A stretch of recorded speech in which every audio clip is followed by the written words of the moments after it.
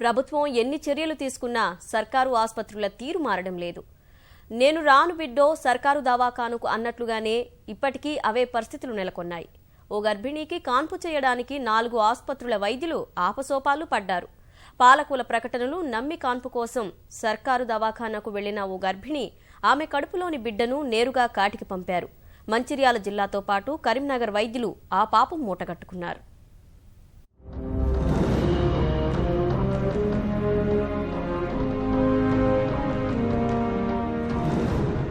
నిండు చూలాలిని నిలువునా చంపేశారు. ఆమె కడుపులోని బిడ్డ కూడా కళ్లు తెరవకముందే ప్రాణాలొదిలేలా చేశారు. ఇదేదో పగవారు ఒడిగట్టిన ఘోరం కాదు. సుఖప్రసవం కోసం ప్రభుత్వాసుపత్రికి వెళ్తే జరిగిన దారుణం. మాతా శిశు మరణాలు తగ్గించాలని నిర్ణయించిన ప్రభుత్వం పేద గర్భిణీలకు ప్రభుత్వాసుపత్రుల్లోనే కాన్పు చేయించుకోవాలని అనేక కార్యక్రమాలకు శ్రీకారం చుట్టింది. అమ్మఒడి పేరుతో ప్రత్యేక కార్యక్రమం చేపట్టి నగదు ప్రోత్సాహకాలు ప్రకటించింది. సర్కారు చర్యలు బాగానే ఉన్నా క్షేత్రస్థాయిలో వైద్య సిబ్బంది తీరులో మార్పు రావడం లేదు. ఫలితంగా ప్రభుత్వ ప్రకటనలు నమ్మి సర్కారు దవాఖానాకు వెళ్లిన ఓ గర్భిణి ఆమె కడుపులోని బిడ్డ నేరుగా కాటికే వెళ్లారు.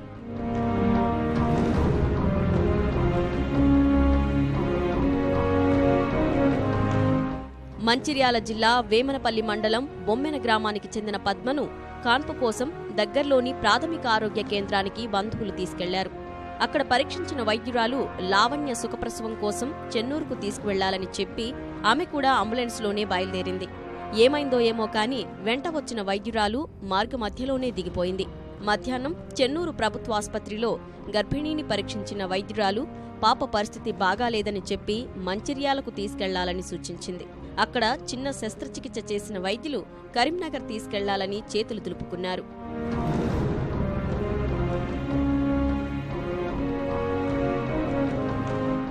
కరీంనగర్ ప్రభుత్వాసుపత్రి వైద్యులు పద్మకు శస్త్రచికిత్స చేసి మృత శిశువును బంధువులకు అప్పగించారు. తీవ్ర రక్తస్రావం వల్ల పద్మ పరిస్థితి విషమంగా ఉందని చెప్పారు.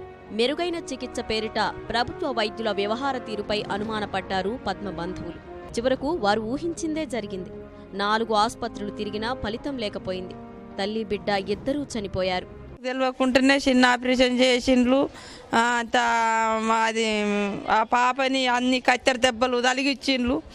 ఇక కత్తెర దెబ్బలు తలిగిచ్చిండ్రు. ఇక లేదు, ఇక ఆపరేషన్ లేదేం లేదు, పెద్ద ఆపరేషన్ చేయాలని మీదికి తీసుకుపోయిండ్రు.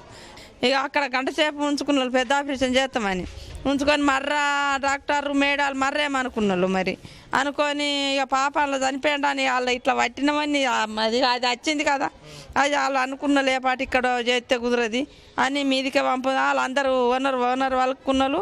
ఓనర్ అనుకొని మమ్మల్ని ఒక నిమిషం చూలం అక్కడ ఉండనిచ్చలేదు. ఇక మాకు డిఎంహెచ్ఓ చెప్పి మాకు పై అధికారుల నుంచి ఒత్తిడి ఉండే మేము ఇట్లా పేషెంట్ని తీసుకొచ్చి మేము ఇక్కడ ఇబ్బంది పడుకుంటాం. రేపు ఇట్లనే ఒక 2-3 డెత్తులు అయితే రేపు ఊళ్ళలోకి పోయినా కానీ మాకు విలువ ఉండదు. అక్కడ మేము మా మాట కూడా ఎవరు విలువ ఇయ్యరు. కాబట్టి దయచేసి గవర్నమెంట్ ఇప్పటికైనా స్పందించి తగు చర్యలు తీసుకోవాలని నా యొక్క మనవి. ఏపీఎం మేడాన్ని అడిగిన మళ్ళీ మాకు తెలియదమ్మా, మాకు తెలియదు. అక్కడ మంచిరాళ్ళు అడగండి, మీరు మంచిరాళ్ళ డాక్టర్కు ఫోన్ చేసి అడగండి, మాకు తెలియదు అని అంటే అన్నది కదా మేడం. వీళ్ళు అంటాళ్ళు కదా, మా మీద కోప్పడతానవేంది సుమలతమ్మ, నువ్వు అట్లా కోప్పడితే బాగుండదు. మేమేంది అని అంటే ఇప్పుడు ఆ పేషెంట్ బతుకుతుంది అన్న పొజిషన్లో మేము తీసుకుతెచ్చి ఇక్కడ 2 బాటాలు పెట్టి ఆపరేషన్ పాపను తీసినందుకు నువ్వు మా మీద కోప్పడతానవా అని అన్నది. తల్లి బిడ్డల మృతితో నిరుపేద కుటుంబం తీవ్ర విషాదంలో మునిగిపోయింది.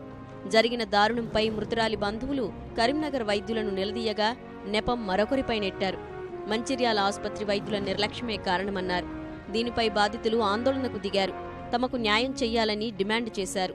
నిర్లక్ష్యం ఎవరిదైనా బలైంది మాత్రం తల్లి బిడ్డ ఓ పేద కుటుంబం. వీరి మృతికి బాధ్యత ఎవరు తీసుకుంటారు? కాన్పు కోసం ప్రభుత్వాసుపత్రులకు వెళ్లాలని చెబుతున్న ప్రభుత్వమా లేక వైద్యులా?